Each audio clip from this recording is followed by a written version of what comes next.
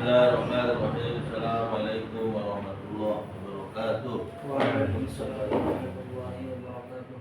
Alhamdulillah, wassalatu wassalamu ala Rasulillah, la haula wala quwwata illa billah. Wa ba'du.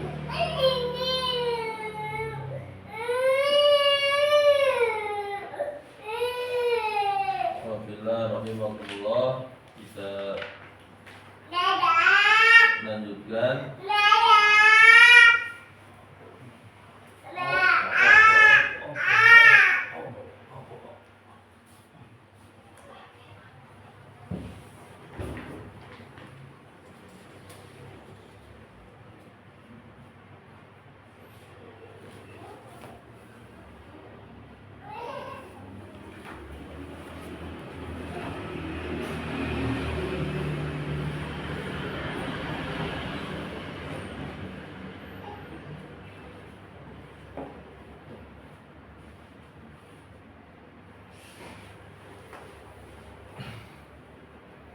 sekarang kita masuk halaman 7.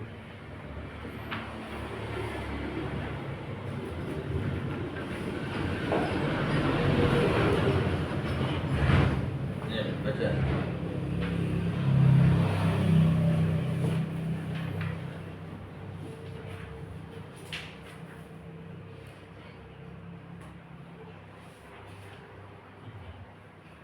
Ingat, baca kitab itu mudah.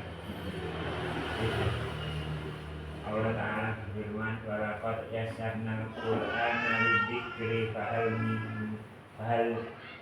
min mudzakir.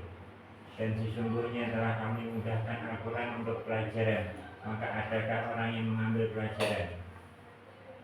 Quran Surat Al-Qamar ayat 17. Al-Imam Ibnul Qayyim rahimahullah berkata, kemudahan Al-Quran untuk dipelajari meliputi beberapa macam bentuk kemudahan. Pertama, kemudahan lafaz-lafaznya untuk dihafalkan. Kedua, kemudahan makna-maknanya untuk dipahami. Ketiga, kemudahan perintah dan larangannya untuk dikerjakan serta ditinggalkan.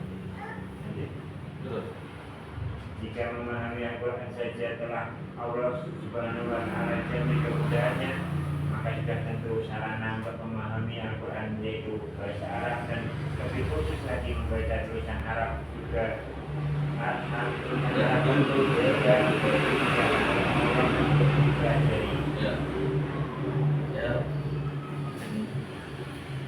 Dan punya persepsi bahasa Arab itu mudah. Sekali lagi ditekankan di sini. Sekarang dalil akan kemudahan dari bahasa Arab. Setelah pertemuan pertama kemarin kita memahami secara teori mengapa baca kitab itu mudah. Yang sudah kita beri contoh, diantaranya sumber kemudahan baca kitab itu kalau kita terbiasa mengenal, familiar dengan tulisan teks Arab. Sekarang kita bahas tentang sisi pendalilannya. Mengapa baca kitab Arab itu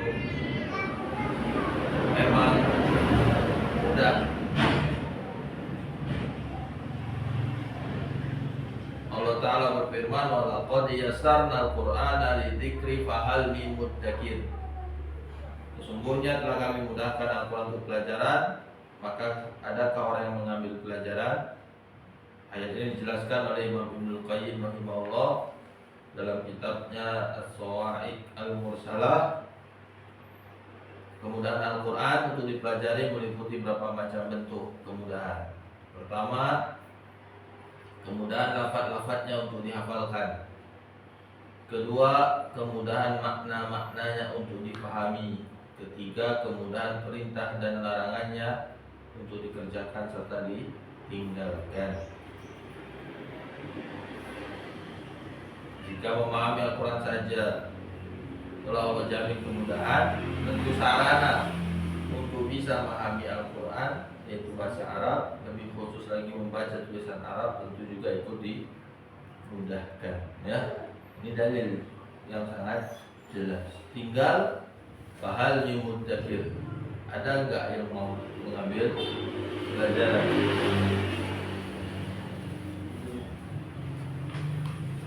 Anaknya mana? Berarti saya tanya lagi katanya masih umumnya masih secara lagi ya teman saya. Masih bisa. Iya. Kalau langsung ke lanjutan enggak? Tahu nggak? Enak tahu? Nah, di lapangan itu apa? Benar tuh? Benar tuh?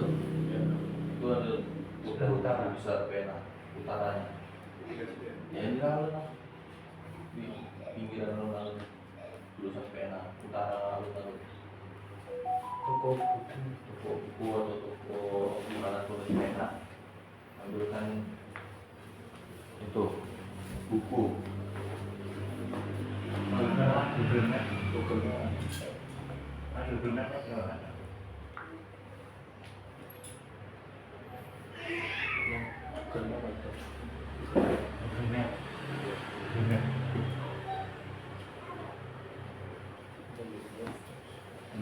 Bensin 55 jadinya. Ya. Buku, kayak buku risalah jamiah. Cuma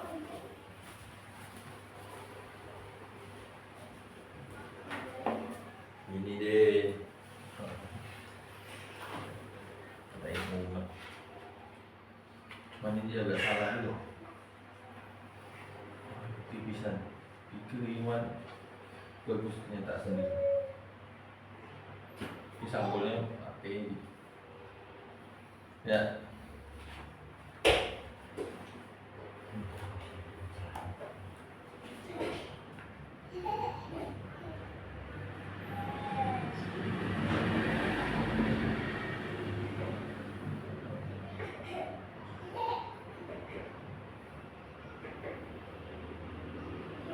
Jadi ya, jika memahami Al-Quran saja Allah buat mudah, maka tentu saran untuk bisa memahaminya juga akan ikut mudah. Ini dalil yang jelas terkait kemudahan mempelajari kitab Arab. Maka harus di mindset kita belajar ini mudah. Kalau mudah nanti insya Allah jadi mudah. Bagaimana dijelaskan pada keterangan berikutnya. Ayo. Jika memahami Al-Quran saja Oleh karena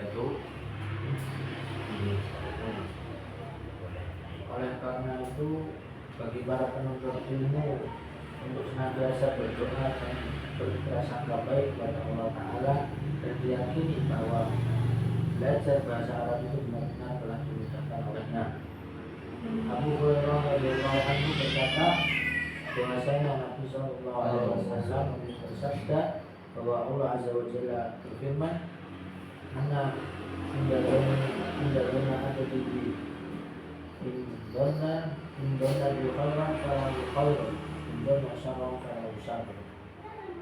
Aku tergantung persangkaan hambaku kepadaku. Kalau ia berprasangka baik padaku, untuknya kebaikan. Kalau ia berprasangka buruk, untuknya keburukan. Ya, maka bagi penuntut ilmu itu apa yang harus dia lakukan hanya berdoa, lalu berprasangka baik kepada Allah Ta'ala dan meyakini bahwa belajar bahasa Arab itu benar-benar telah dimudahkan oleh Allah Ta'ala. Jadi kemudian belajar ini tergantung prasangka antum. Kalau antum anggap mudah, insya Allah nanti jadi mudah. Tapi kalau antum anggap sulit, nanti akan jadi sulit. Ya, mindset positif itu sangat penting dalam belajar. Belajar apapun, termasuk di dalamnya belajar bahasa Arab atau baca kitab Arab, sebagaimana disebutkan dalam hadis yang telah dibacakan tadi. Terus Intinya, kalaupun ditemukan kesulitan dalam belajar bahasa Arab, khususnya membaca kitab Arab, ketahuilah bahwa sulitnya hanyalah di awal. Setelahnya akan sangat mudah dan tidak perlu banyak pengulangan karena sudah menjadi kebiasaan. Bagaimana ketika kita mempelajari bahasa apapun di dunia ini, tentunya akan terasa sulit pada permulaannya, tapi mudah pada akhirnya ketika telah dikuasai. Tapi ini hal yang wajar ditemui dalam mempelajari hal apapun yang baru. Pada fase awal pasti kita akan menemui kesulitan. Jadi Mungkin akan terasa berat dan butuh perjuangan banyak, perlu pengulangan bahkan berpaksa. Namun ketika kita secara kesinambungan dan sudah menjadi rutinitas harian, maka insya Allah kita akan mulai menikmati dan merasa nyaman dengannya, atau bisa jadi kita mulai ketagihan dibuatnya. Syekh Al-Utsaimin rahimahullah berkata, inna nahwu ila nahwa awalahu sahbun wa fi akhirahu sahbun. Sesungguhnya pelajari nahwu itu pada awalnya sulit dan akhirnya mudah. Jadi tanamkan di benak kita bahwa pelajari bahasa Arab itu mudah, bahkan membaca kitab Arab jauh lebih mudah lagi. Jika orang lain bisa, maka jika orang lain bisa, pasti saya bisa. ya lumayan. Asal sikat aja. Lumayan. Intinya ya, kalaupun ditemukan ketika belajar kesulitan, ya wajar. Dan itu pun nanti hanyalah di awal. Setelahnya akan sangat mudah dan tidak perlu banyak pengulangan karena sudah menjadi kebiasaan. Itu adalah ya, karakter belajar bahasa itu sulitnya di awal.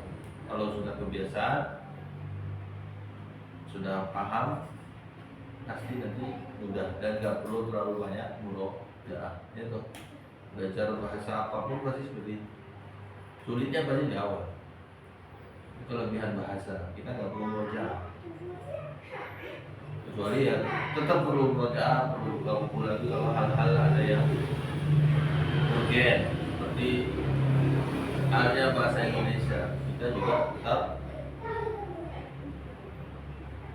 harus cari kaidah tuh. Kalau ada yang bingung dalam penulisan misalnya, di sama tempat itu dipisah apa digabung kan ya,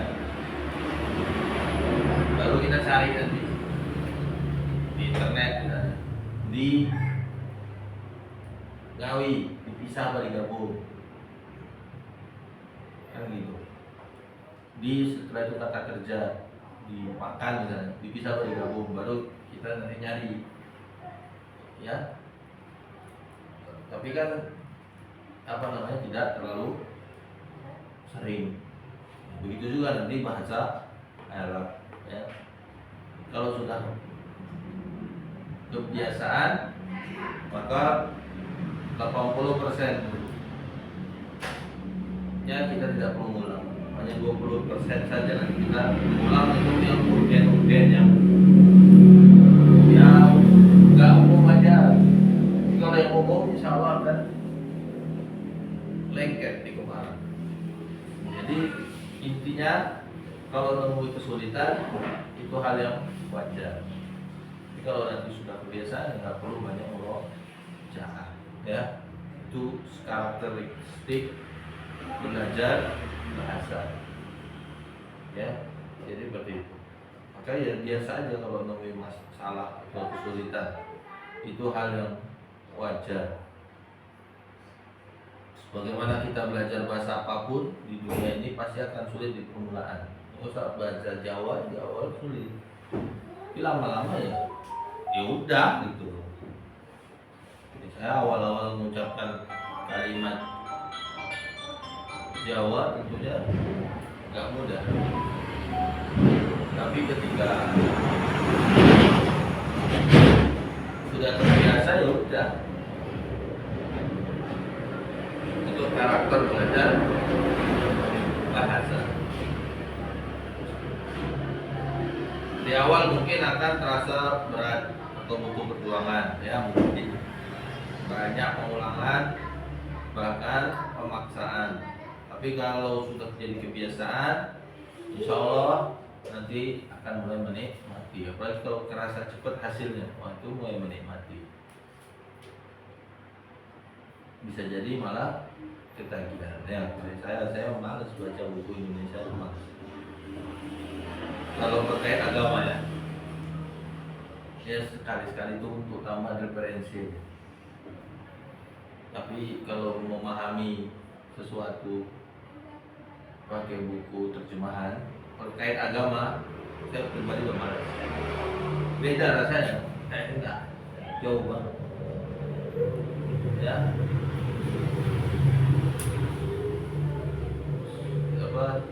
kalau menurut saya perbandingannya 20 atau 30 halaman antum baca dengan terjemahan dengan 2 paragraf atau 3 paragraf pakai bahasa Arab itu lebih dalam pemahaman atau baca 3 paragraf pakai bahasa Arab dibanding terjemahan 20 halaman. Ya, jadi seperti itu.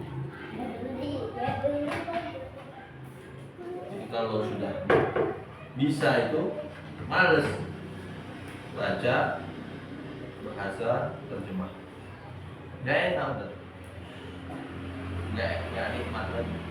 Kalau udah bisa Arab, nyata cuma sedikit ya. Sampai artinya juga baca kitab Arab tuh berlomba-lomba halaman sehari. Kan kadang ada mufradat yang belum tahu juga, kadang ada yang belum dipahami. Tapi ketika sudah paham nanti jadi mateng, pemahamannya jauh lebih dalam, ya. Itu kalau terkait baca materi-materi agama pakai tulisan Arab atau karangan Arab itu jauh lebih enak, jadi ketagihan. Sebagaimana disebutkan oleh Syekh Al-Utsaimin rahimahullah, inna setelahnya ada isim, gua memansubkan, memfathahkan. Jadi bacanya apa? Nah, Allah. Setelahnya awal luhu. Ya, tapi kalau di Sahla ini kaidah nomor 2.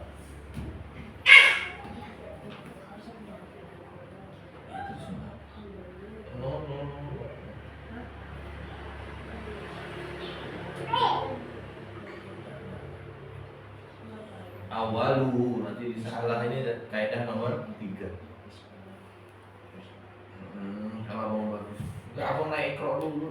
Tapi nanti keburu habis. Ya. Kemudian Lamaan. sokbun, ini sama, ini nanti kaidah nomor 2, kalau kaidah nomor 3. Wafifi huruf jar. Apa jadi? Akhiri, masya Allah. Akhiri karena ada huruf jar. Kemudian itu apa? Bacanya sahlan, sahlin, sahlun. Tahlil. Ketawa ya. Sahlun. Nanti di sahlan kaidah nomor 2 dan 3. Ya. Bacanya sahlun. Tapi kalau udah masuk kaidah gampang. Antum paham? Ya. Wa fi akhirih sahlun. Kata beliau, innan nahwa, sesungguhnya mempelajari nahwu itu awaluhu, pada awalnya sa'bun, sulit. Wa fi akhirih, dan akhirnya sahlun, akan mudah, ya. Memang realitanya begitu.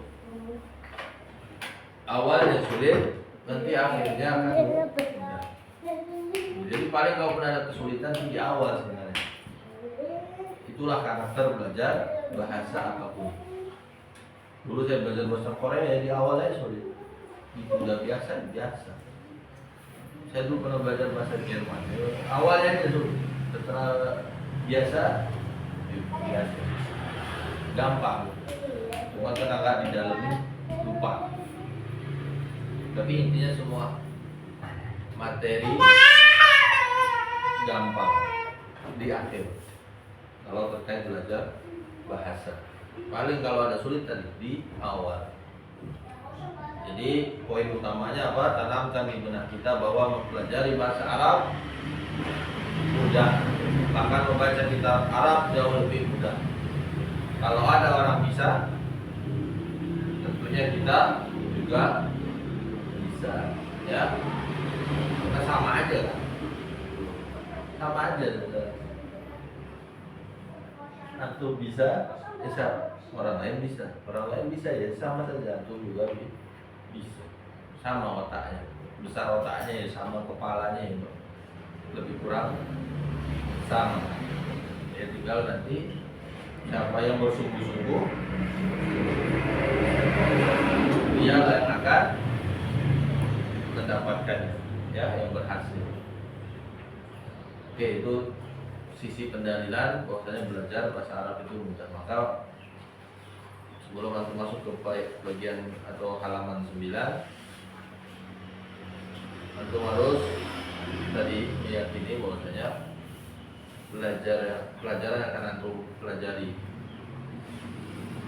ke depan semuanya adalah pelajaran yang sangat mudah, ya. Oke. Terus tetapi informasi penting.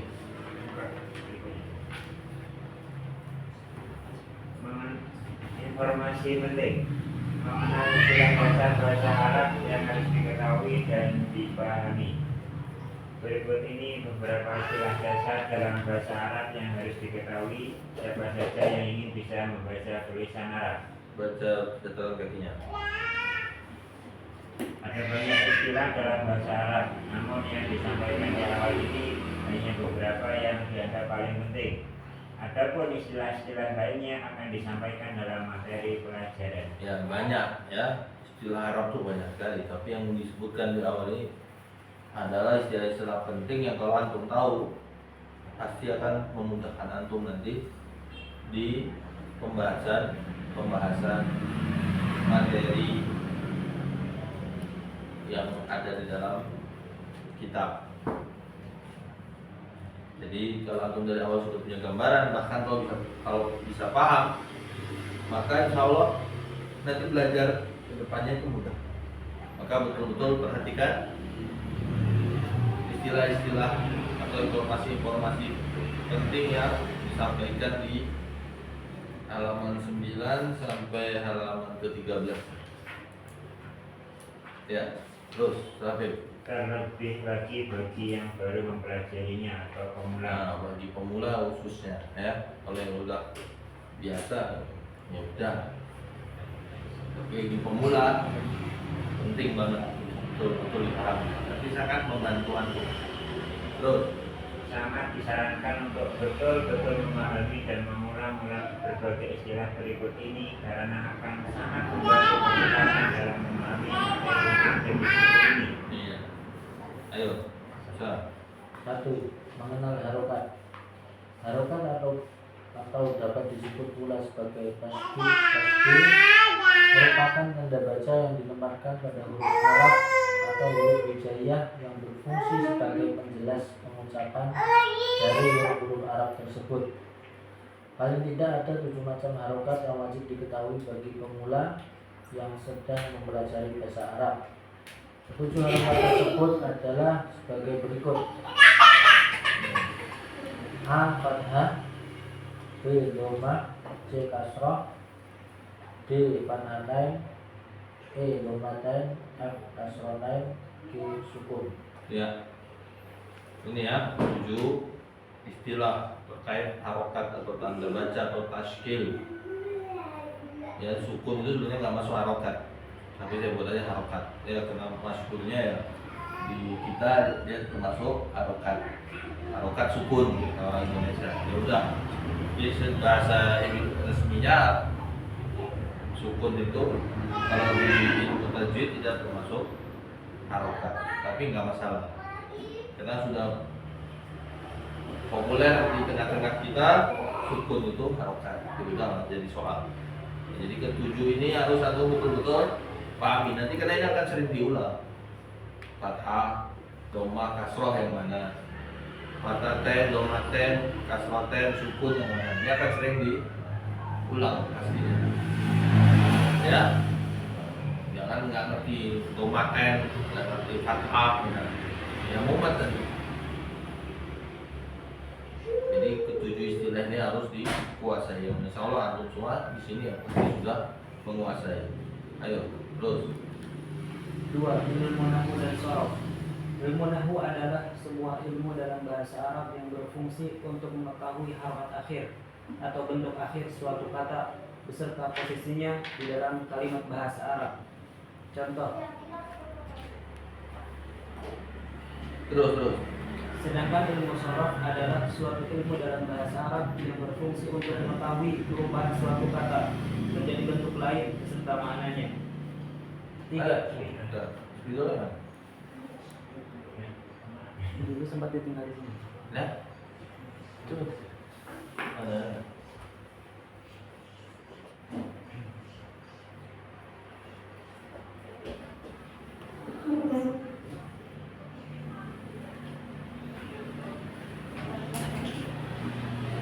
Lihat ya, atau minimal harus tahu dulu apa itu ilmu nahwu, apa itu ilmu shorof.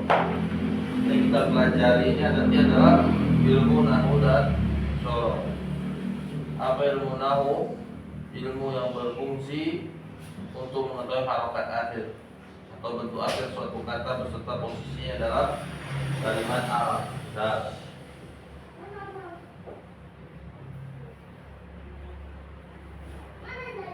Ya. Nomor ini nahwu. Menentukan harokat akhir setiap kata ini nahwu. Kayak tadi.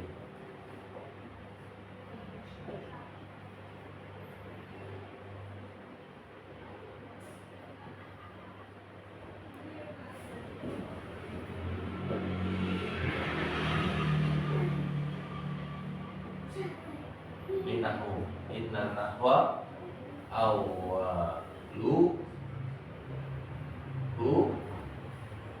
sokbun. Nah ini nahwu, ya, ini nahwu, menentukan akhir dari harokat akhir dari setiap kata. Nah ini nahwu. Kalau shorof perubahannya, misal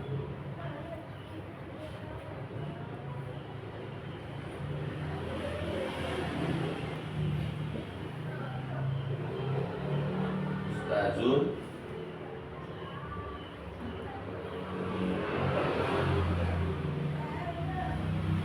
Ustazani.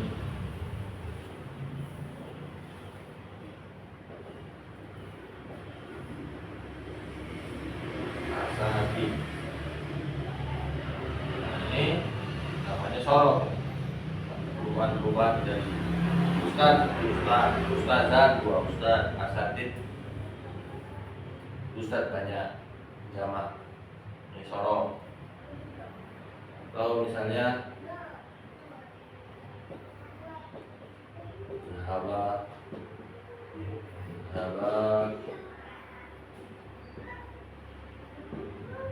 Zahabu. Nah, ini namanya shorof, ya, perubahan. Antum nggak usah mikir gimana caranya berubahnya, nggak usah, dia sendiri, ya. Kemudian antum tahu, nanti kalau fokus mau harokati akhir, berarti lagi belajar nahwu. Nanti kalau mulai belajar perubahan bentuk kata, misalnya dari tunggal ke dua ke jamak, itu lagi belajar shorof. Udah itu aja. Cuma kalau di sini nanti saya lebur, ya. Tapi nanti kebanyakan perkara shorof dibahas di buku 2. Di buku pertama ini sedikit sekali terkait shorof. banyaknya di buku 2 ya. Karena yang banyak mengalami perubahan dalam bahasa Arab itu adalah kata kerja. Kalau isim itu sedikit ya, ini doang sedikit lah materinya. Nanti yang banyak mengalami perubahan itu dalam bahasa Arab adalah fi'il, kata kerja. Paling gantung sudah tahu materinya. Oh, apa itu ilmu nahwu? Ilmu nahwu itu menentukan apakah akhir dalam bahasa Arab atau bentuk akhir suatu kata dalam bahasa Arab. Kalau sorot mempelajari perubahan kata, udah itu simpel ya, baik kata benda atau kata kerja. Tapi dia paling banyak materinya di kata kerja ya. Paham? Oke, terus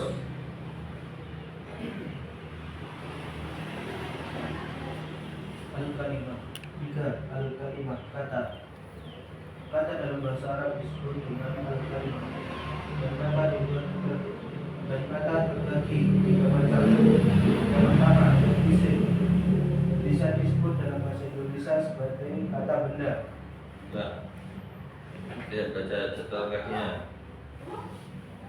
Dalam tulisan Arab, isim kata benda memiliki porsi terbesar dalam penyusunannya, dapat mencapai 60-70% dari keseluruhan tulisan.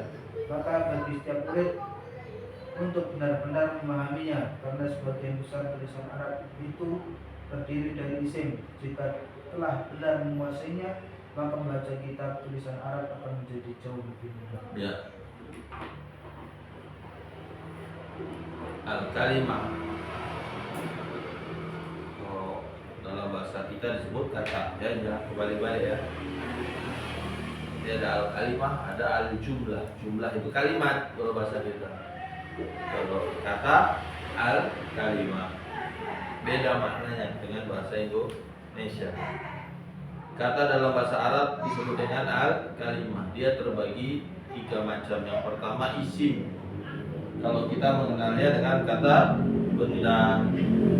Di dalam tulisan Arab, isim untuk kata benda memiliki posisi terbesar sampai 60 atau 70% dari keseluruhan tulisan.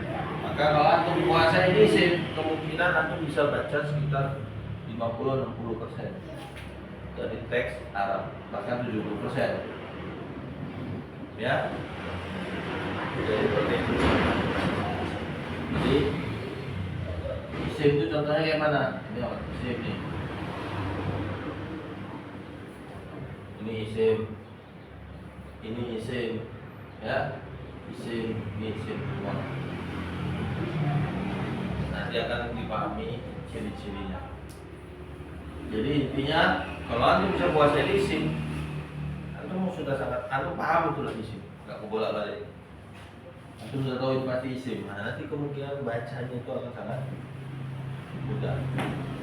Dari 60-70% antum sudah bisa baca. Makanya fokus di buku pertama ini hanya bahas isim. Ya, nggak dicampur adukan dengan fiil sama sekali. Murni hanya bahas isim. Biar fokus dan lebih cepat dapat hasil. Sedangkan selama ini kita belajar itu isim sedikit tentang fiil. Belum mantap isim, sudah fiil kan itu. Menurut saya untuk orang Indonesia itu nggak pas. Dan pengalaman saya baca kitab tadi, penyusun utamanya paragraf dalam bahasa Arab itu isim dengan isim. Bahkan tidak mustahil satu paragraf itu isinya isim semua. Itu nggak mustahil. Ya, beberapa kitab itu yang dipakai di pondok bahkan itu isinya isim ke isi. Misalnya isim ulumul Quran yang dipakai Ustaz Nur atau Ustaz Miftah. Itu nanti perlahan bisa baca ya. Ingat ya, baca sama menerjemahkan itu tahapannya beda. Supaya enggak mudah membaca. Jadi seperti itu. Nah, risalah jamiah atau kitab apa aja itu mudah-mudah. Itu kebanyakan kitab-kitab non fiksi dalam bahasa Arab, ya, buku teori, ya, ilmu apapun itu kebanyakan penyusunnya adalah isim. Ada fiil tapi jumlahnya sedikit. Walaupun dia urgen ya, tapi jumlahnya sedikit. Jadi kalau buku-buku cerita non fiksi, buku cerita itu fiksi. Nah, itu baru banyak nanti digunakan fiil. Tapi kalau buku non fiksi, buku teori itu kebanyakan gunakan isim. Maka kitab-kitab yang di pondok itu rata-rata kebanyakan adalah gabungan antara isim dengan isim. Ya kalau aku betul-betul kuasai isim, kemungkinan besar ya baca itu 60% tercapai. 60 sampai 70% tercapai. Ya, jadi seperti itu. Dan belajar isim sebenarnya jauh lebih gampang dibanding belajar fiil. Fiil itu materinya di buku itu sedikit. Maksudnya jumlahnya di paragraf itu sedikit.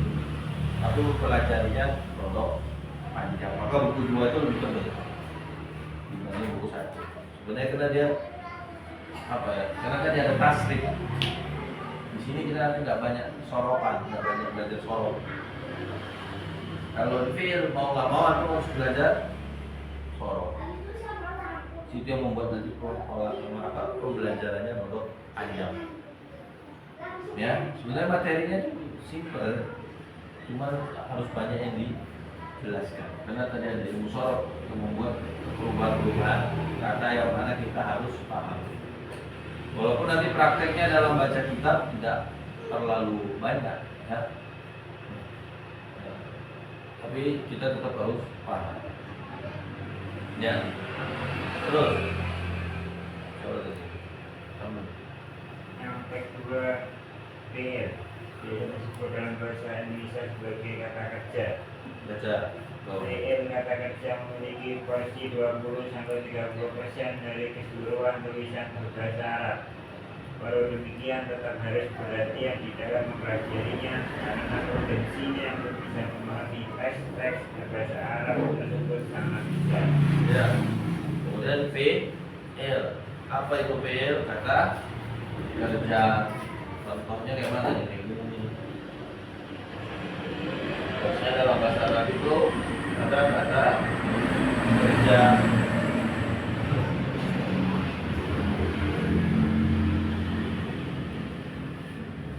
Dia porsinya tadi ya seperti saya sebutkan di satu kaki dalam teks Arab itu paling hanya 20-30%.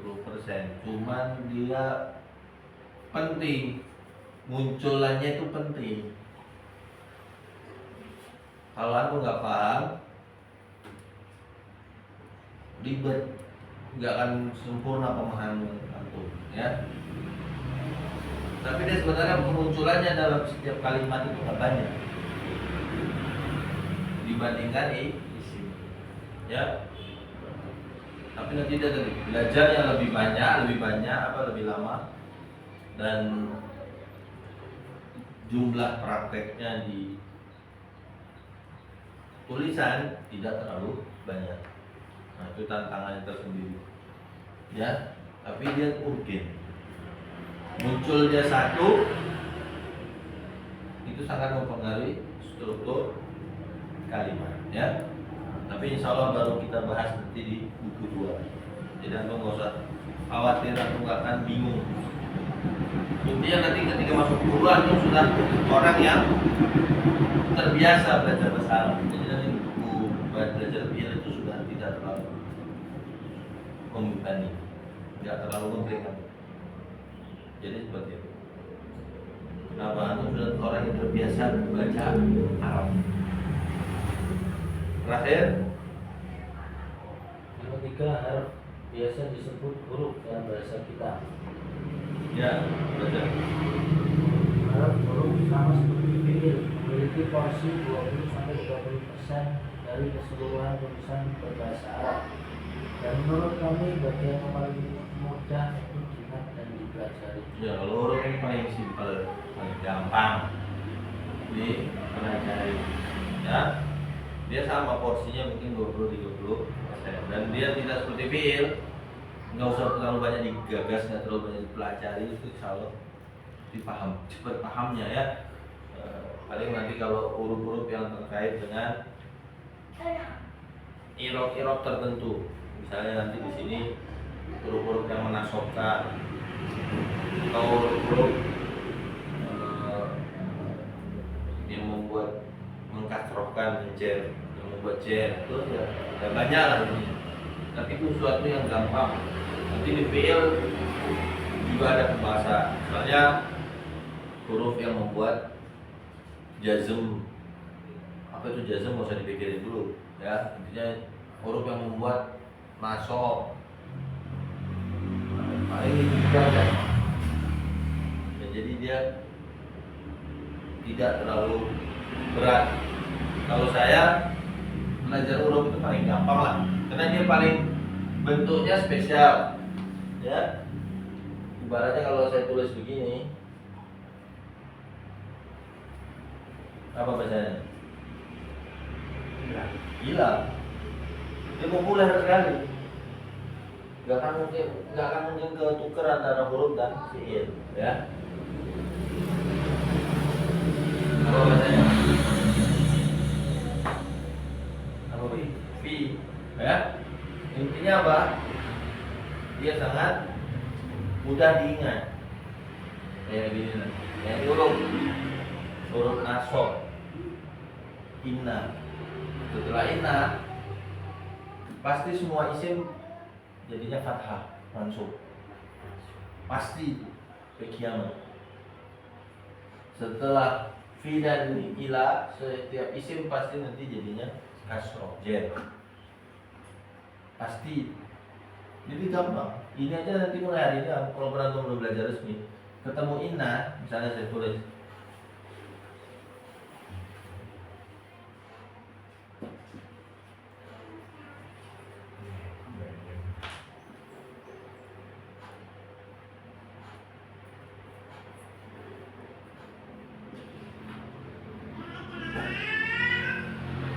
bacanya Beb.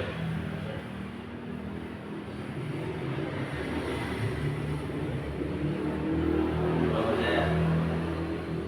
Inna Rasul. Hah? Inna. Iya, terus. Inna Rasul. Nah, baru saya bilang setelah inna apa? Nasab. Jadi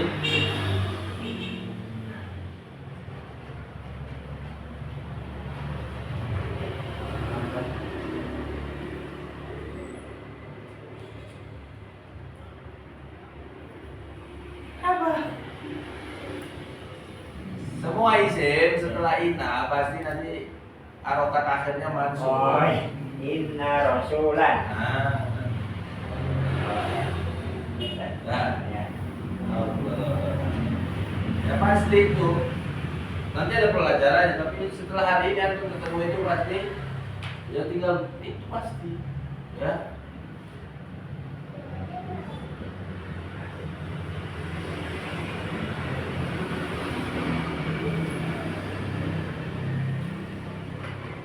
Assalamualaikum. Apa sah bacanya sah? Iya. Bisa baca nggak?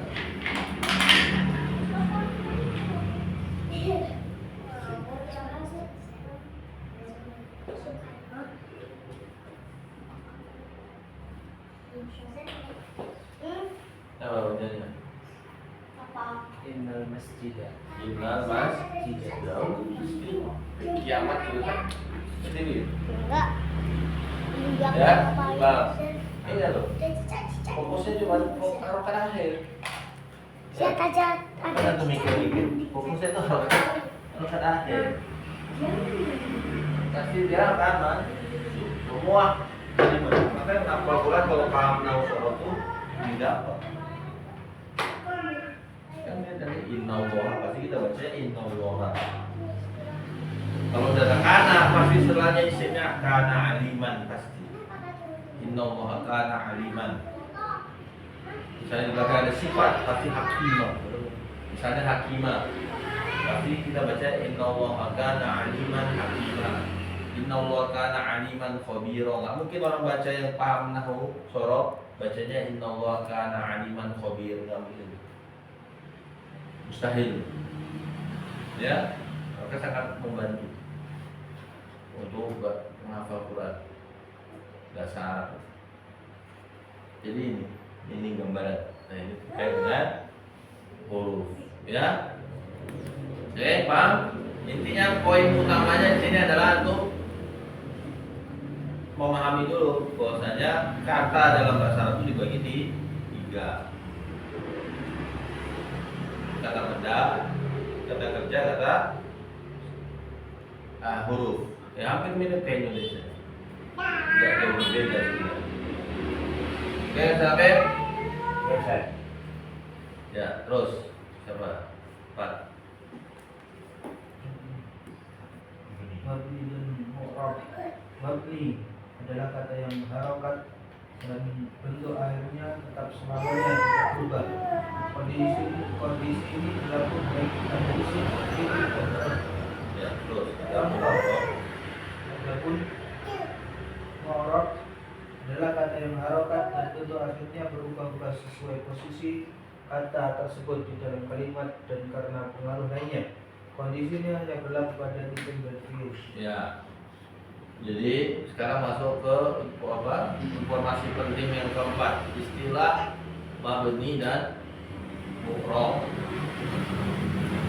Ya, penting, istilah ini penting biar jadi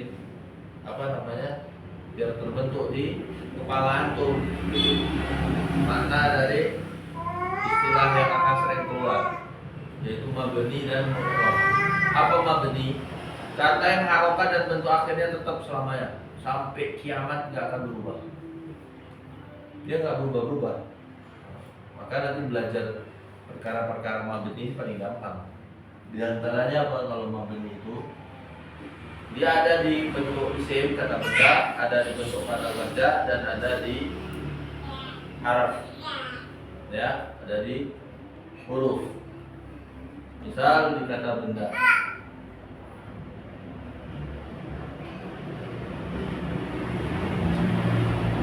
Apa? Nah, yang mabni. Kalau isim apa?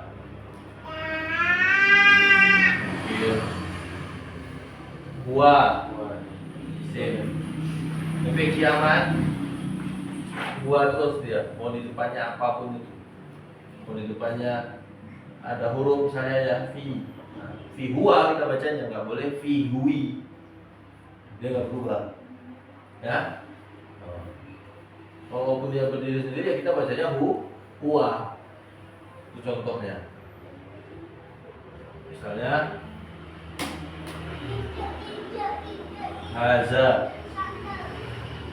haza ini isim. Ya ini contoh, atau belum paham nggak apa-apa, itu dia belum tahu. Oh ternyata intinya apa nanti dalam bahasa Arab itu ada kata yang nggak berubah-ubah bentuknya. Nggak semua, intinya apa?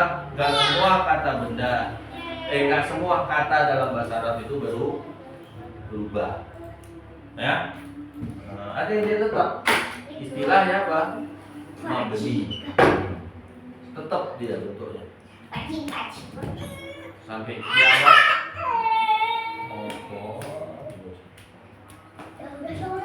Sampai kiamat ini akan begitu terus, ya. Walaupun misalnya kita tulis depannya min, ya kita baca juga min haza, nggak boleh kita baca min hazi, ya. Kenapa? Ini nanti masuk kategori isim mabni. Kalau nanti anda pelajari apa saja isim mabni itu semua. Kemudian kata kerja yang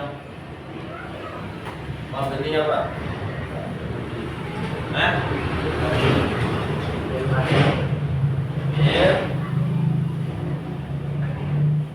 Fi'il madi domir huwa. Allah Akbar. Bang, angkat tadi ini bos malam. Oh, sisa. Maunya tata manusia deh.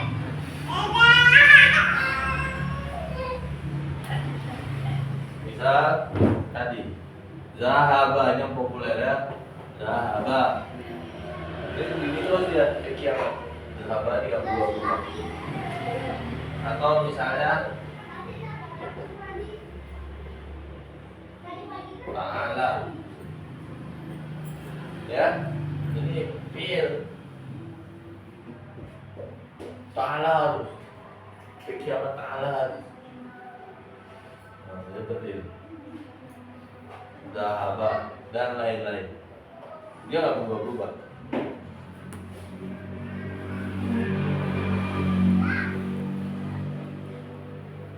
Contoh. Kemudian huruf semua huruf mabni. Nggak akan berubah kalau huruf. Misalnya ilah. Ya ilah. Kiamat ya ilah terus. Fi. An ya. An itu contohnya. Ya. Intinya apa? Tidak semua kata dalam bahasa Arab nanti bisa berubah-ubah harokat akhirnya. Ya. Kalau ini nanti ya, misalnya nanti ada di depannya ada huruf an ini bisa berubah fi'il. Tapi kalau di depan fi'il madi, domir huwa ini bentuk ini, dia kata ba'daan zahabat. Nah, ini tetap. Tapi kalau nanti dibentuk fi'il yang lain, an-nya akan berubah fi'ilnya, harokat akhirnya atau bentuk akhirnya. Ya, antum nggak usah terlalu pikirkan dalam-dalam dulu, nggak usah. Antum yang penting tahu dulu aja. Oh, nah ini poinnya gimana belak pahamnya? Oh, dalam bahasa Arab nggak semua kata itu bisa berubah harokat. Ya, walaupun penyebab untuk merubah harokat akhir itu ada, tapi dia nggak efek pada jenis-jenis kata-kata tertentu. Ya, nanti insya Allah aku akan paham sendiri. Intinya informasinya itu dulu, bukan gimana caranya atau gimana taunya. Nanti tahu sendiri, tapi bukan sekarang. Penting saya tahu dulu. Nggak semua kata dalam bahasa Arab bisa berubah bentuk akhirnya. Ya. Jadi nanti kalau masuk kategori isim mabni atau fi'il yang mabni, maka dia nggak akan berubah apapun. Jadi seperti itu. Ya, nah, intinya nanti di isim. Intinya nanti di isim. Oke ya, paham ya. Terakhir mu'rab. Allah. Kata yang mengharapkan dan pikirannya berubah-ubah sesuai posisi kata tersebut di dalam kalimat para pengaruh lainnya. Ya, sekarang adalah mu'rab, yaitu kata dalam bahasa Arab yang bisa berubah-ubah. Nah ini inti poin dari materi. Kalau yang nggak bisa berubah itu selalu gampang banget nanti. Itu sebatas tahu aja nanti apa jenisnya. Ya, nah, yang paling penting kita ketahui nanti kalau yang bisa berubah itu poin. Jadi kita belajar itu untuk mempelajari yang namanya nanti kata yang disebut mu'rab itu. Kalau yang mabni, ya kan cukup tahu. Ini jadi mindsetnya ini harus dibentuk. Sehingga apa? Nanti belajar mabni atau yang penting tahu, ingat dah. Tapi yang harus perlu tahu, ingat dan paham nanti terkait kata yang disebut mu'rab. Karena itu poinnya. Perubahan-perubahan ini. Kalau yang sudah nggak berubah ya udah muam. Simpel kok, tinggal ingat toh. ibaratnya. Nah, di sini nanti yang antum paling penting ketika kita bahas i'rab. Makanya nanti ada istilah i'rab. Setelah ini nanti kita belajar istilah i'rab. Itu semua tanda-tanda perubahan yang ada di kata-kata yang disebut dengan kata-kata mu'rab. Nah, kata-kata mu'rab ini hanya ada dua. Pertama dia di isim, yang kedua nanti dia ada di fi'il. Ya, yang kita bahas di buku ini dari semuanya mu'rabnya isim, jenis isim. Contoh misal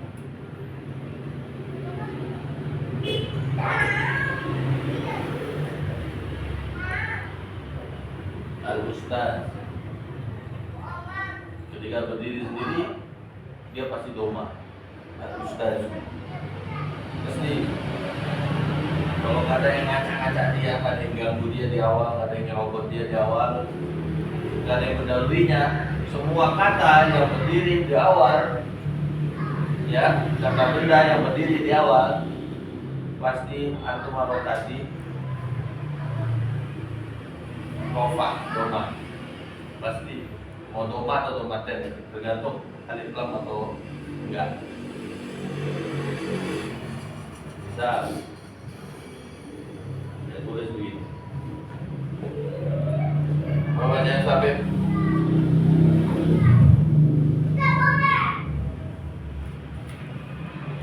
Masa nggak ngerti ini tulisan ini? Apa? Nggak apa. Masa? Ada Teresa loh. Masa nggak pernah lihat begini tulisan ini? Ini apa? Al-fiqhu. Al-fiqhu. Pasti tuh. Nah, pasti aku baca ya. Al-fiqhu. Pasti. Semua bahasa Arab itu kalau nggak ada yang mendahulunya apapun pasti baca rofa. Apa ya yang masyhur Ustaz Habib? Ini salah. Al-Kitabu. Pasti, itu semua buat buka aja nanti di buku ada tulisan begini. Di kitab awal biasanya benar begini. Apa bacanya tadi? Babun, pasti babun. Pasti. Kan biasanya ada judul. Atau di kitab biasanya ada tulisan ini.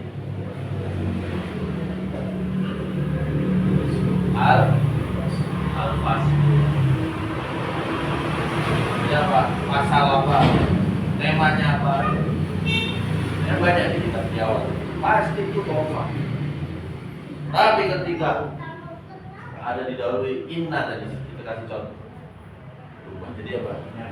Masya Allah. Ya, kalau saya tambahin ini apa? Salawat. Allahu Akbar. Kalau ini din jadi apa din?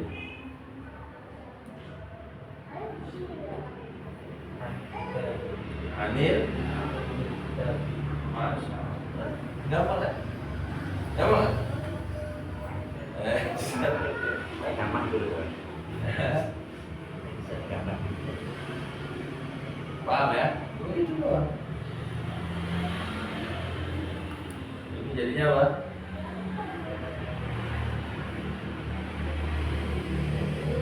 Silakan. Selesai. Allah. Paham ya? Nah gitu. Nah ini namanya isim-isim mu'rab. Nanti isim-isim mabni apa aja Ustaz ada? Atau tinggal ingat ada beberapa poin saja. Sekitar 6 atau 7 ya. Intinya itu. Sisanya berarti nanti mu'rab. Kalau dalam fi'il, nah saya kasih tahu sedikit saja ya. Misalnya ini. Yadhabu. Ya, Kalau kemasukan kata an di depannya, dia jadi sahabat. Yang ukuran banyak, ya. Ini nggak usah dulu, ini untuk tahu aja, untuk pengetahuan. Atau misalnya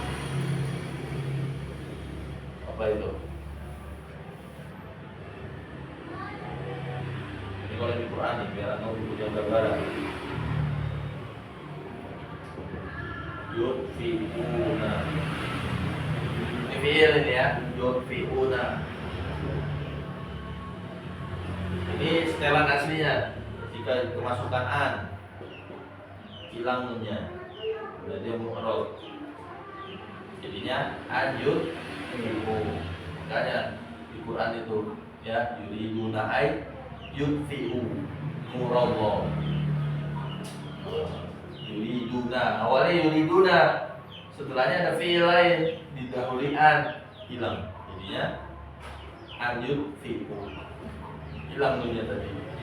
Itu kalau di fi'il, tapi nanti antum fokus di isim dulu aja. Intinya dalam kata bahasa Arab itu ada yang nggak berubah, ada yang berubah. Nah, ini nanti yang jadi poin utama kita bahas semua kata yang berubah. Oke? Paham sampai? Oke, nah ini yang urgen nih. Sekarang kelima, ayo. I'rab. 5. I'rab. I'rab adalah perubahan cara membaca harapan terakhir pada suatu kata atau perubahan bentuk akhir suatu kata karena ada sesuatu yang menyebabkannya, seperti posisi kata tersebut dalam kalimat atau karena ada huruf yang mendahulunya. Ya. I'rab adalah perubahan cara membaca harokat terakhir pada suatu kata atau perubahan bentuk akhir suatu kata karena ada sesuatu yang menyebabkannya, seperti posisi kata tersebut dalam kalimat atau karena ada huruf yang mendahulunya. Contohnya ini tadi. Ya, ini i'rab namanya. Innal fasla, ini i'rab. Fasla apa i'rabnya? Mansub. Apa tandanya? Fathah. Apa sebabnya? Inna. Fil fikhi. Fikhi apa i'rabnya? Jer. Apa tandanya? Kasroh. Kenapa? Karena ada huruf jer itu i'rab. Paham nggak? Paham, Ustaz. Nah, itu intinya i'rab. Intinya i'rab itu ya apa ya? Perubahan cara membaca harokat terakhir tadi yang aku ubah-ubah tadi ini, ila babin atau ila, itulah i'rab namanya. Ya, intinya apa?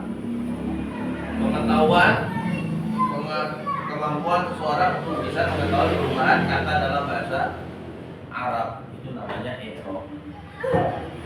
Antum tadi bisa ila babin, antum ngerti i'rab.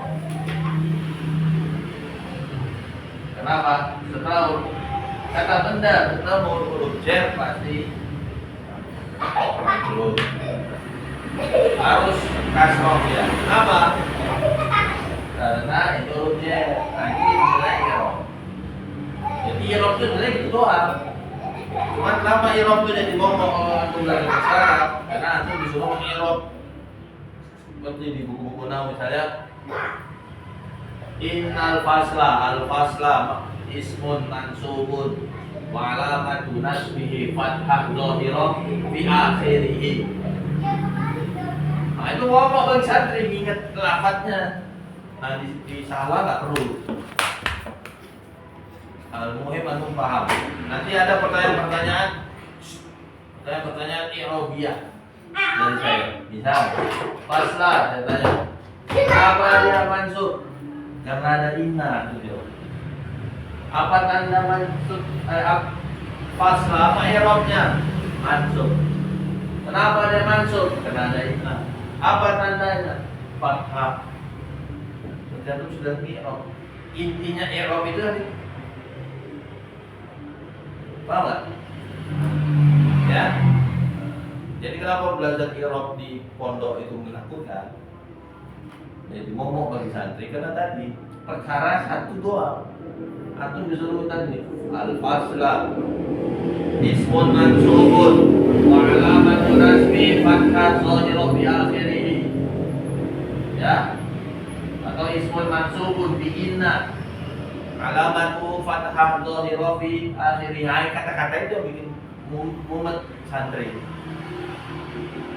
Padahal tujuan intinya adalah antum paham kenapa dia berubah. Itu aja sebenarnya, makanya saya tidak pakai istilah-istilah i'rab. Yang penting antum bisa jawab nanti pertanyaan i'rab. Babin, saya tanya nanti apa i'rabnya? Antum bilang jer. Kenapa dia jer? Karena ada huruf jer, ada ilah. Didahului huruf ilah. Apa tandanya? Kasroten.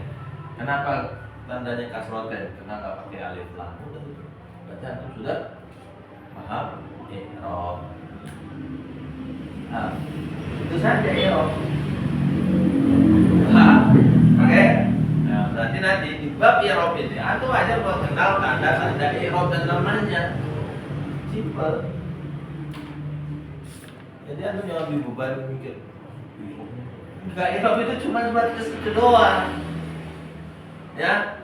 Tapi di buku-buku nahwu yang ada memang akhirnya jadi beban. Karena harus ingat nama-nama tadi kalimatnya itu. Inna Allah lafzul jalalah mansubun bi inna alamatu nasbi fathah dhahirah fi akhirih. Ingat itu umat. Apalagi santri-santri pemula di jajal zuruf itu ya rupet. Ya. Jadi itu yang bikin mau. Padahal intinya i'rab itu ya tahu kenapa dia di sana kasroh, karena ada ilah huruf jar. Itu aja. Apa tandanya? Kasroten. Kenapa kasroten? Enggak pakai alif lam. Udah itu sebenarnya antum udah paham i'rab. Makanya kalau antum baca di belakang ini kata si ma'rifat ya, dia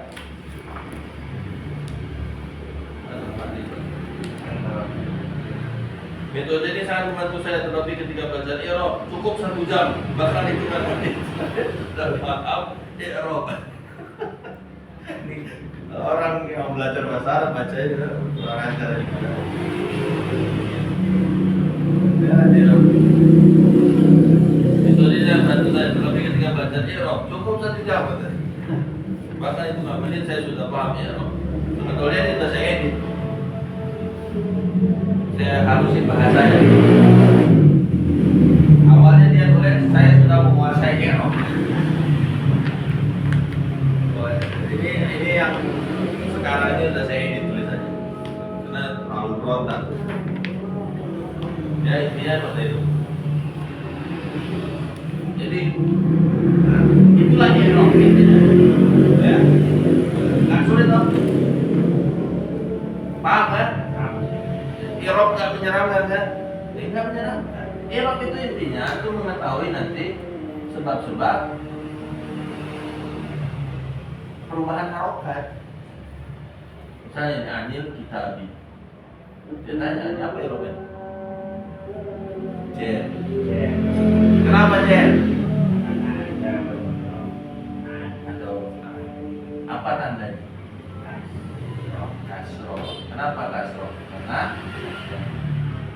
Kenapa tandanya kasro? Karena iya, kenapa tandanya kasro? Karena dia alif. Oh, bukan kasroten karena ada alif lam. Itu udah itu. Secara umum itulah i'rab. Ya. Oke deh, paham deh. Nah, itu doang i'rab itu. Cuma memang kalau di buku-buku nahwu yang ada beban kita. Intinya adalah apa yang saya tanya tadi. Apa i'rabnya? Jer. Kenapa? Karena ada an. Apa tandanya? Kasroh. Kenapa kasroh bukan kasroten? Karena ada alif lam. Intinya itulah tadi yang saya sebutkan. Misalnya al-kitabi ismun majrurun bi an wa alamat jarhi kasroh zahirah di akhirih. Itu artinya seperti yang saya tanya. Nah, cuma karena diarabkan kita nggak biasa, umat dan kepala. Rata-rata santri ngapalin.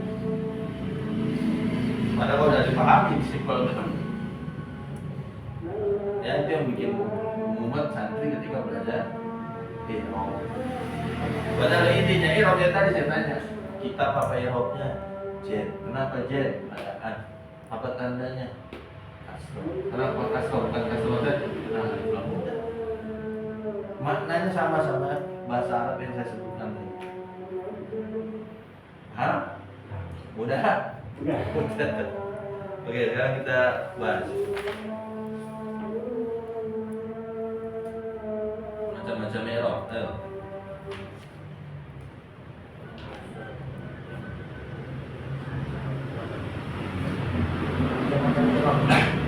Secara umum Irob dibagi menjadi dua, yaitu Irob untuk isim dan Irob untuk fiil.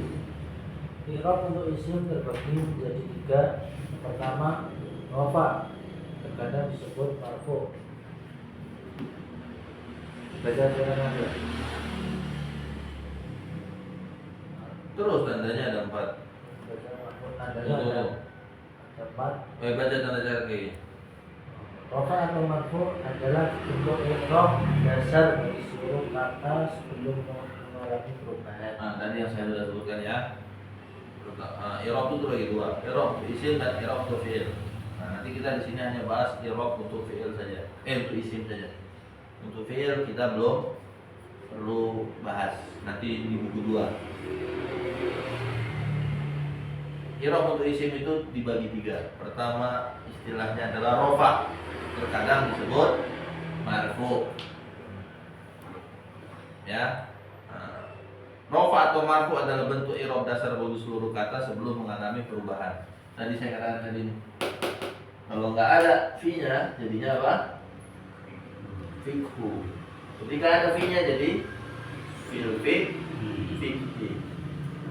Itu berlaku untuk seluruh kata atau untuk seluruh isim. Semua isim, ya, yang mu'rob, isim yang mu'robnya. Kalau isim mabni kayak gua, ya itu pasti mansub selamanya, karena dia mabni tetap. Tapi semua isim yang mu'rob yang bisa berubah, pasti apa namanya? I'rab dasarnya adalah rofa atau marfu. Itu pasti. Oke? Sekarang kita kenali tanda-tanda dari i'rab rofa. Apa saja? Ayo, saja. Tandanya ada 4. Ada empat. A, harokat doma atau doma lain di akhir kata yang bernama tunggal, sama makna salim dan sama aksir. B, huruf wawu khusus terdapat pada asma maksa. C, huruf alif dan nun kasroh di akhir kata menjelaskan makna 2 atau ganda. D, huruf wawu sukun dan nun fathah di akhir kata menjelaskan makna ganda. Ya. Jadi rofa ini ada 4 tandanya, ya. Ada 4 tandanya.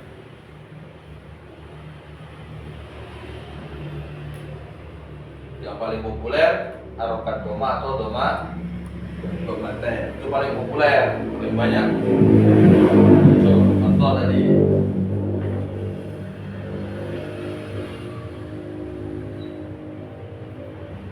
Apa ini? Alkohol. Lah. Apa tadi? Alkolamu. Ini aja. Ya, alkolamu. Atau kalau kita buat domaten tinggal hilangkan alif lamnya jadinya alkolamun. Oke? Yang populer dulu aja. Mufradannya al kitab. Ya. Nah, ini namanya rofa. Ingatin, domaten itu masuk nanti ke kata benda, dia namanya rofa. Nanti anda biar paham apa yang dimaksud sama ma'rifatnya 1 jam paham. Ya roh. Kemudian contoh lainnya wow, akhiran wow. Misal contoh abu. Nih.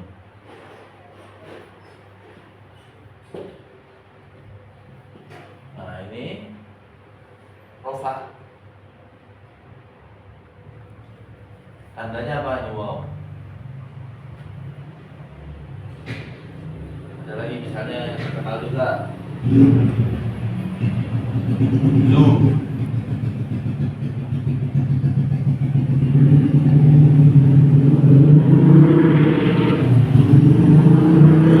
Apa erotnya? Rofa. Kenapa? Tandanya apa? Wow. Ya, nah, nanti dia hanya di beberapa kalimat saja kalau tandanya wow. Istilahnya nanti namanya asmaul khomsa. Nanti aku pelajari soal. Karena aku ingatnya oh, rofa itu intinya itu. Ini contoh-contohnya aja. Kemudian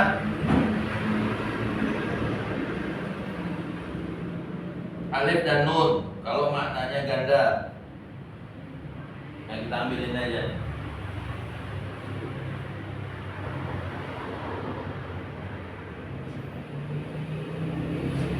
Kolama ini tanda rofa. Maknanya dua. Kalau ini pulpen satu, Ya. ini jadinya pulpen Dua. dua. Sama kayak ini dibuat dua jadinya apa? Apa nih? Masya Allah. Coba nih. Oke? Paham Den? Kalau nggak paham pokoknya harus bilang ya. Kalau nggak paham, bingung jangan dipaksa-paksa. Alkitabah tandanya ada alif dan nun di akhir itu nandakan tanda rofa. Kemudian waw dan nun. Ini palsu ini sebenarnya. Nggak resmi. Kalau belajar pakai nahwu sorof salah tadi. Ya, ini tandanya orang Indonesia. Ya, kalau di buku nahwu sorof tandanya dua itu cuma alif gitu. Ya, ini sengaja saya buat ini untuk memudahkan kita. Dan jangan baca buku nahwu sorof resmi dulu bingung. Ini kan teori gobloknya, nanti bisa. Terus waw dan nun. Ini kalau jamak banyak. Misalnya contoh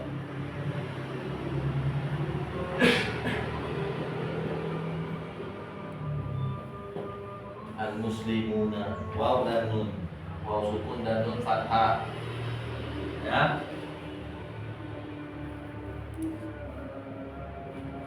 Apa misalnya?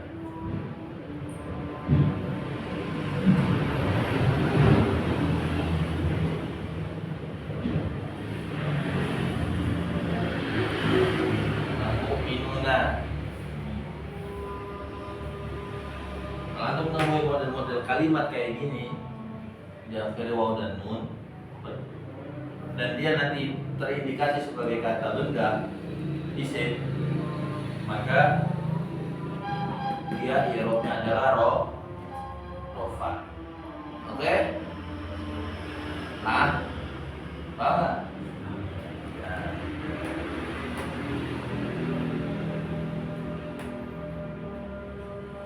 Maka kalau saya tanya misalnya, Qul ya ayyuhal kafirun, apa i'rabnya? Mau buat nggak? Coba lihat. Oke, buka surah Al-Kafirun.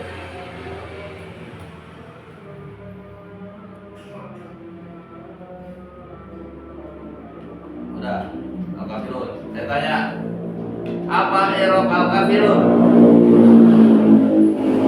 Rofa. Untuk nggak bisa i'rab Quran. Makanya itu kan penting kata makrifat. Al-Kafirun. Paham? Apa tandanya? Waw dan nun. Nah, cuma antum belum belajar sebab, belum belajar materi, ya. Ini paham? Coba. Al-Ikhlas. Qul huwallahu. Qul huwallahu apa? ahadun. Ahadun. Apa i'rab ahadun? Apa i'rab ahadun? Makai. Apa i'rabnya? Oh, marfu. Ustaz. Marfu. Oh, Apa tandanya? oh tandanya. Ustaz. Baru tandanya kalau Memakai. pematen. Paham? Paham. Nah, itu. Jadi antum udah buka Quran atau ngomong yang begini, antum udah tahu itu i'rabnya apa. Amin. Ya, gampang kan? Oke? Nah, itu kenapa hitungan menit dia paham i'rab.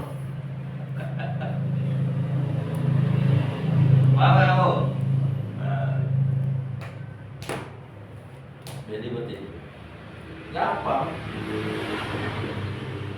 Kalau sesuai apa alurnya, maka memahaminya dia akan sangat mudah. Kemudian kita ke yang kedua. Ayo. Kedua, nasab. Terkadang disebut juga mansub. Tandanya ada 4. A. Harakat fathah atau fathatain di akhir kata yang bermakna tunggal dan jamak taksir. B. Huruf alif yang khusus terdapat pada asmaul khamsah. C. Harakat kasroh atau kasroh taib di akhir kata yang terdapat pada jamak muannas salim. D. Huruf ya sukun dan nun kasroh di akhir kata untuk menjelaskan makna dua atau ganda, atau ya sukun dan nun fathah di akhir kata untuk menjelaskan makna banyak. Ya. Sekarang istilah kedua, istilah i'rab yang kedua yaitu nasab atau mansub.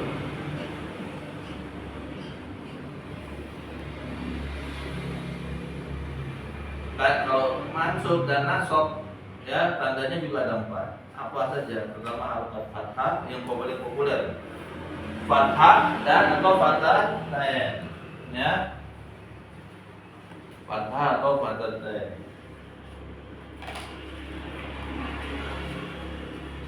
Jadi misalnya kita pakai yang paling gampang lagi aja. Kita bukan pemasukan inna misalnya. Ini kita. Nah, ini apa i'rabnya kalau ada yang fathah? Tersebut mansub atau nasab. Apa tandanya fathah?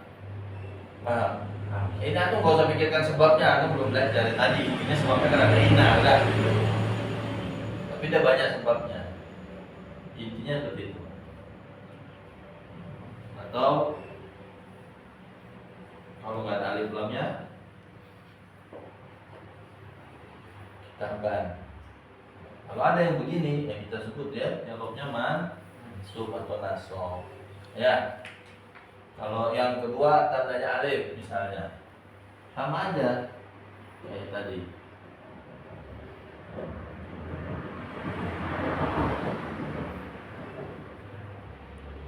Ini alif. Inna Aba Bakrin. Aba itu tanda mansub. Ya. Nah, ini di buku satu ini udah belajar Asmaul Khamsah. Aba Bakrin. Kemudian tadi tanda berikutnya ya sukun dan nun kasroh.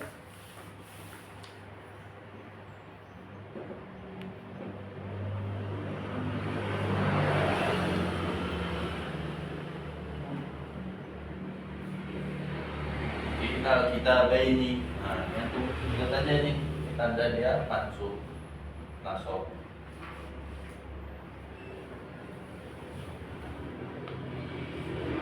Kemudian kalau ya sukun nunnya fathah.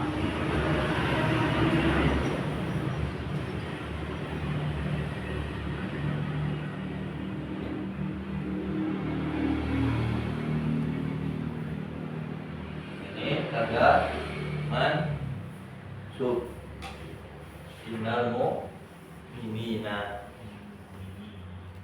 Ya udah, itu doang. Intinya tuh saat ini tahapannya adalah mengenal dulu istilah i'rab. Saya tuh belajar Quran atau tidak tentu itu.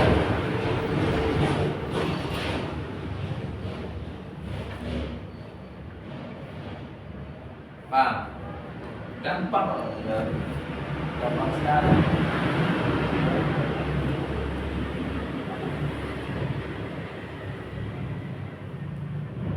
Udah? Oke, salam ya. Alhamdulillah.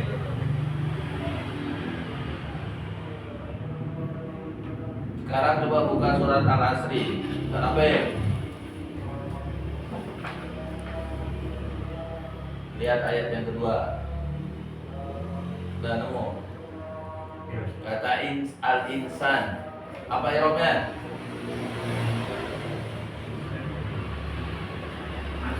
Mansub. Masya. Apa tandanya?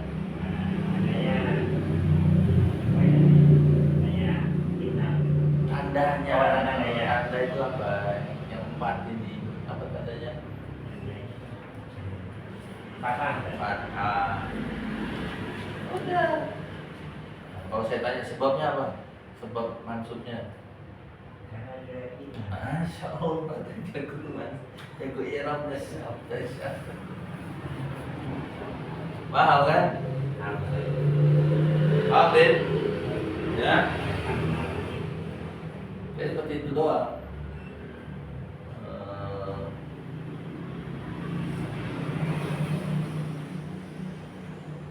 Apa lagi?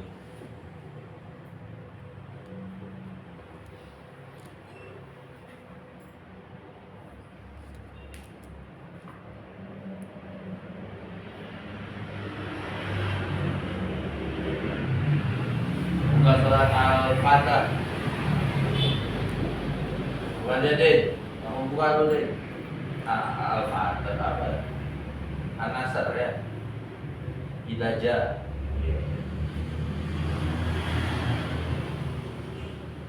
Ayat kedua, kata An-Nas, apa irobnya deh?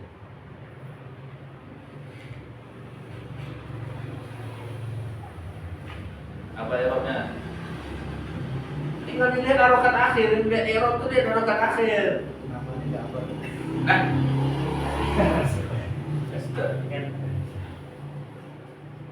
Apa? Nasab. Nasob atau mansub. Ingat namanya, oh itu gua pada lupa. Ya, nasob.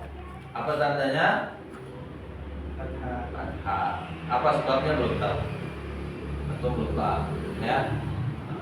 Apa sebabnya belum belajar nanti. Jadi paling enggak udah ketemu itu atau udah tahu apa irobnya. Ya. Jadi begitu. Lebih kurang gambarannya. Oke, gampang kan? Gampang kan? Pahamin irob, gak ribet kan? Paham. Ya dong? Atau boleh coba apa aja? Ayat di situ, atau boleh cek. Bisa.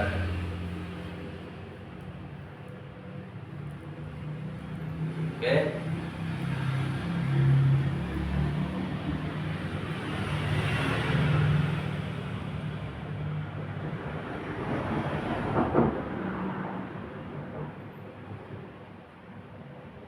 Al-Kausar, itu lihat apa irob?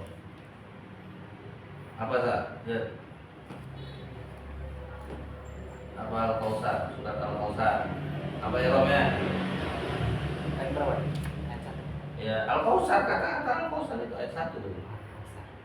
Apa? Lihat aja. Apa irobnya? Mansub. Mansub. Apa tandanya? Fathah. Nah, oke? Oke, gampang kan? Ikhlas, orang ikhlas sampai lihat. Ayat yang terakhir. Walam yakul lahu kufuwan ahad. Kufuwan apa irobnya?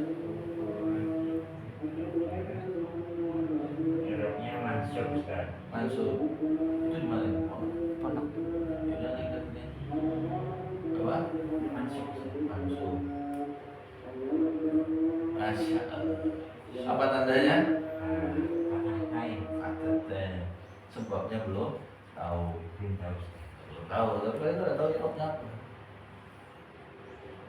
Ya, secara dasar gampang udah di luar intinya, ya. Oke. Terakhir, pembahasan terakhir.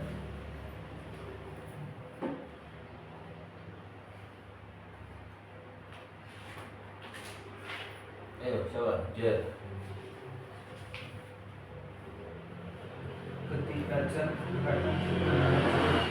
Ketika jar kadang disebut majrur, padanya ada harakat kasroh atau kasrotain di akhir kata yang bermakna tunggal, jamak muannas salim dan jamak taksir. B. Perintah yang khusus terhadap pada asmaul khonsa. 3. Harakat fathah. Ciri ini khusus bertempat pada isim ghairu munsharif. D. Huruf ya sukun dan nun kasroh di akhir kata untuk menjelaskan makna dua ganda, atau ya sukun dan nun fathah di akhir kata untuk menjelaskan makna banyak. Ya, terakhir, Jet. Ingat, kan gampang ingatnya. Rofa marbo, naso mansur, atau Jet. Kata-katanya harus penting. Sekarang kita bahas yang terakhir, yaitu Jet. Kadang juga disebut majrur. Nama tandanya ada 4 dalam isim. Pertama yang paling populer kasro atau kasroten. Ya, contohnya nggak kita ubah-ubah, ini aja sama. Tinggal penyebabnya saja yang kita ubah.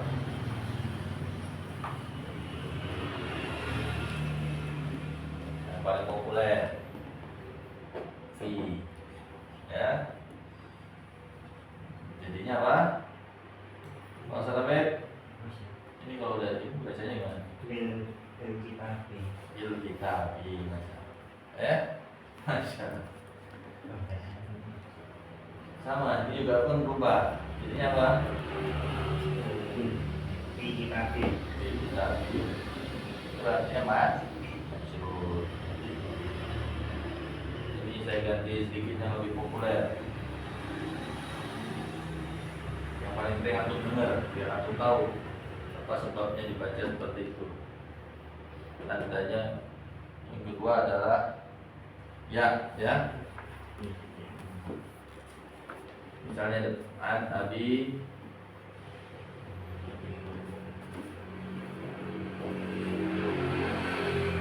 kenapa dibaca an abi Hurairah? An abi karena dia jet. Itu kenapa dibaca hadis an abi Hurairah? Kenapa abi? Kadang-kadang Abu Hurairah, kadang Abi Hurairah, kadang Abu Hurairah, ya. Nah, itu karena perubahan paham kan? Nanti itu bilang, oh ini kenapa? Ini namanya majrur. Gitu. Orang baca hadis kenapa an Abi Hurairah? Nah, kenapa Abi? Karena irobnya jen atau majrur. An Abi Hurairah. Oke? Paham? Fokusnya di sini. Abi. Tadi kalau Rofa dia Abu, mansub dia Aba, Jer dia jadinya Abi. Kemudian tanda rokat fathah. Oh ada fathah di Jer, ya mungkin saja. Salah satunya kalau dia masuk kategori isim ghairu munsharif. Apa itu isim ghairu munsharif? Nanti aja ada pembahasannya. Kalau antum sudah paham, insyaallah mudah. Nah, ini An Abi Hurairah. Maka antum dengarkan bacaan hadis pasti bacanya An Abi Hurairah. Itu artinya jen. Tapi udah nggak usah pikirin dulu sebabnya. Nanti aja biar mumet nanti. Yang penting paham dulu jen. Dan apa tanda-tanda dasarnya? Khususnya yang fathah, fathaten, kasroh, kasroten, doma, domaten. Nah ini kalian tadi yang ghairu munsharif ini contohnya. An Abi Hurairah. Oke. Nah, sekarang kita yang tanda ya, sukun dan nun kasroh untuk bermakna ganda. Tinggal tambah fi misalnya. Fil kitabaini. Sama. Kalau untuk yang jamak, untuk yang banyak sama, yang tandanya ya, kasroh dan nun fathah. Sama. Fil mu'minina. Tuh, atau ada pertanyaan nggak coba lihat? Apa ada yang mau bertanya nggak? Atau saya yang nanya? Atau yang nanya apa saya yang nanya? Ada nggak persamaannya dengan tanda nasab tadi? Ada nggak persamaannya dengan tanda nasab?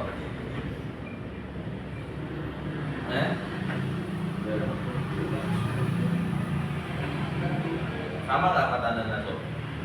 Sama. Gimana cara membedakannya nanti? Kita tahu itu jer atau nasab. Taunya dari mana? Taunya dari mana nanti?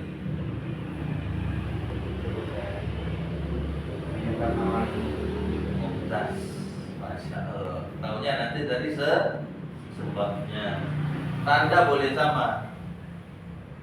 Gimana nanti kita bisa tentukan dia nasab atau jer? Ya tinggal kita ketahui penyebabnya. Oke? Simple aja. Saya nggak pernah ngafalin ya.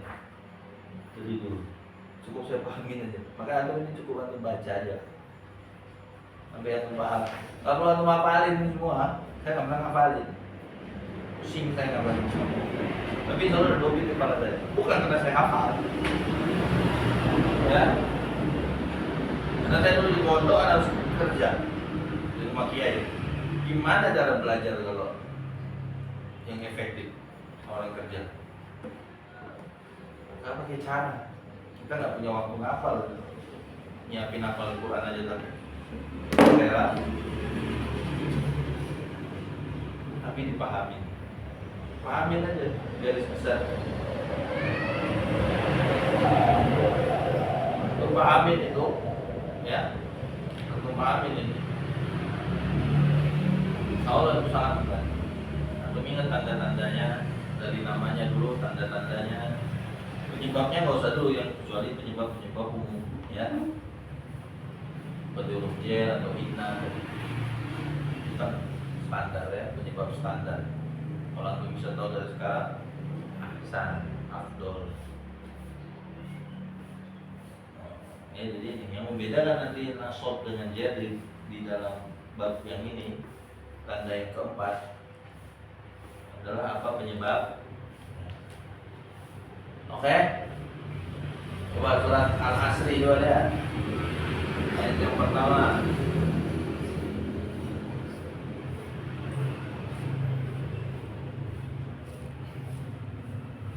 Apa i'rabnya? Wal asr itu. Apa i'rabnya? Jer masyhur. Ya, masyhur. Tandanya apa? Tandanya apa? Tandanya wal. Tanda. Oh, tandanya kasroh Ustaz.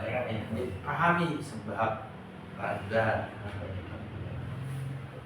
Tandanya apa? Kasroh. Kasroh. Kenapa bukan kasroh tadi? Masya. Dan kata khusrun, kata khusr. Innal insana lafi khusr. Apa i'rabnya? Jer. Apa tandanya? Apa sebabnya? Ada fi atau huruf jer, ya. Ada huruf jer itu. Oke. Surat Al-Fil, ya.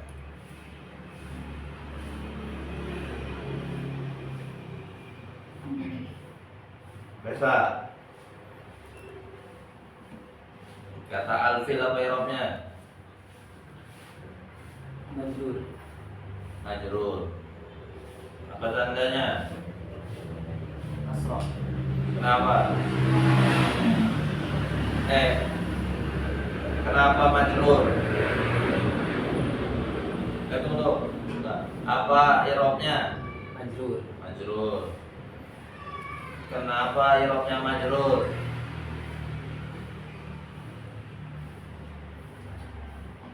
Karena ada huruf jar. Karena ada huruf jar boleh. Terus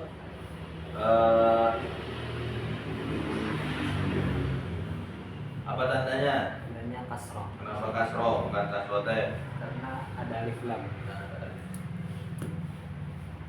Bahasa Arab mudah bukan? Udah bisa biro kan? Jago biro kayak Pak Adif. Biro. Nggak nyampe 1 jam kan? Hitungan menit. Faktanya nyata. Dan antum bisa ngecek itu semua. Ini ilmunya apa, ini ilmunya apa, ini ilmunya standar. Jadi seperti itu. Al-Qari'ah awal. Apa ilmunya? Sabit. Kata Al-Qari'ah.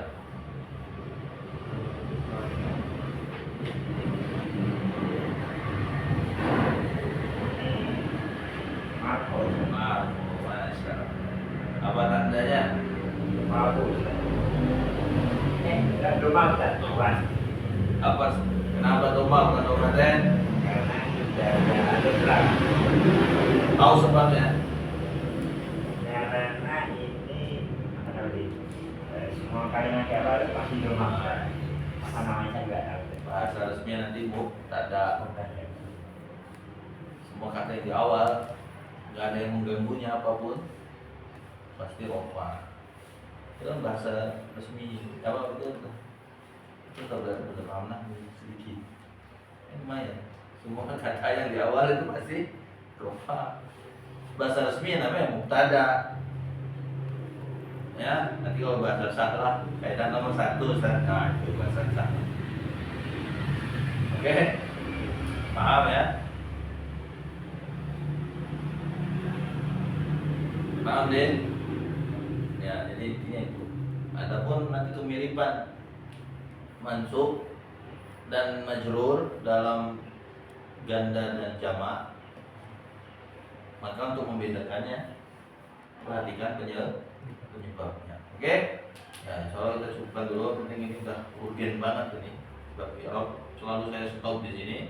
Karena nanti ke depan ada atof. Atof ini dulu anak-anak paling sering salah. Kalau masalah masih lupa. Ini sudah saya perbaiki teorinya. Ya, atof ini urgen. Kalau antum paham atof, jadi informasi penting yang terakhir. Kalau antum paham istilah atof, nanti sangat meringankan antum ketika baca kitab. Ya, penting bisa paham antum penggunaan atof seperti apa. Insya Allah nanti akan sangat mudah baca kitab. Ya, mungkin itu dulu. Kita dipelajari ini cara ngajarnya. Ya, kalau bisa, udah simpel banget, bisa cepat mau baca kitab. Udah segini aja udah error. Error berat. Apa bab bagian yang paling takut di santri kalau error. Error gitu doang. Error sampai anak dipian tuh. Saya juga gitu tuh. Tapi sebenarnya error itu ribetnya hanya nyusun kalimatnya saja itu. Tapi hakikatnya gampang. Ya. Ibaratnya untuk pembelajaran error itu yang seperti yang untuk pelajari tadi. Tapi kalau untuk akademis ya tadi seperti yang saya sampaikan. Misalnya fil kitabi ismul majrur bi alamatil jarrihi kasrah dhahirah fi akhirih. Nah, ini bahasa akademisnya. Antum seorang mahasiswa lugha atau mahasiswa syariah wajib begitu ngirobnya. Tapi kan antum enggak mahasiswa syariah kan, maka enggak perlu itu ngomong energi. Nanti kalau antum belajar resmi formal baru. Tapi kalau enggak ngapain? Paham ya? Nah, maka yang penting kan paham. Share ini sebabnya kali ini. Nah, nanti berarti antum kalau antum nggak paham istilah ini nanti tinggal kita belajar sebentar. Ya, antum paham tanda. Kalau paham istilah marfu rofa beserta tandanya, syukur-syukur tadi tahu penyebabnya sedikit. Misalnya di awal kalimat, udah modal utama itu mubtada istilahnya. Nah, nasab antum paling mungkin tahu istilahnya nasab mansub beserta tandanya. Syukur-syukur tahu penyebabnya, minimal tadi penyebab populernya yaitu inna, jar majrur, antum tahu istilahnya dan tahu tanda-tandanya, jangan lupa dobitkan itu. Syukur-syukur antum tahu sedikit penyebabnya. Yang paling populer adalah huruf jar. Sudah itu dulu PR-nya. Maka nanti sisanya di pelajaran berikutnya kita tinggal belajar mencari sebab. Jadi kalau dari sini antum sudah tergambar, maka nanti kita tinggal belajar cari sebab. Maka ingat, antum energinya tidak terkuras habis. Ya, maka seminggu ini PR kami mendobitkan khususnya istilah mabani, istilah ini kan sampai poin 5 ini aku dobitkan. Ya, mulai hari ini yang sering aku ulang-ulang informasi, baca aja. Sambil tadi cek, misalnya Quran dilihat, ini tanya, Din, ayo Eropa Din, itu super banget. Itu mulai saat, apa Eropa? Saya cek, saya uji. Itu mempercepat. Balik nanti, sampai Eropa. Apa tandanya? Fathah, kenapa? Fathah, karena ada alif lam. Paham ya? Itu mendobitkan. Kalau antum sudah paham istilah, sudah dobit tanda, maka nanti tinggal nambahi penyebabnya. Kalau udah tahu penyebabnya, otomatis sudah bisa baca kita, ya. Jadi seperti itu. Kan sangat cepat. Itu tadi kenapa Ma'rifat bilang hitungan menit dia paham. Ya, kalau antum juga sudah paham ya. Ya, antum sudah jago ya. Sudah kenal ya, sudah kenal ya. Mungkin itu dulu. Soal nanti bersambung minggu depan. Subhanallah wa bihamdika asyhadu an la ilaha illa anta astaghfiruka wa atubu ilaik. Assalamualaikum warahmatullahi wabarakatuh. Ini kalau bisa antum upload aja di YouTube, tapi mungkin privat aja. Nanti ada yang mau belajar cara ngajarnya, karena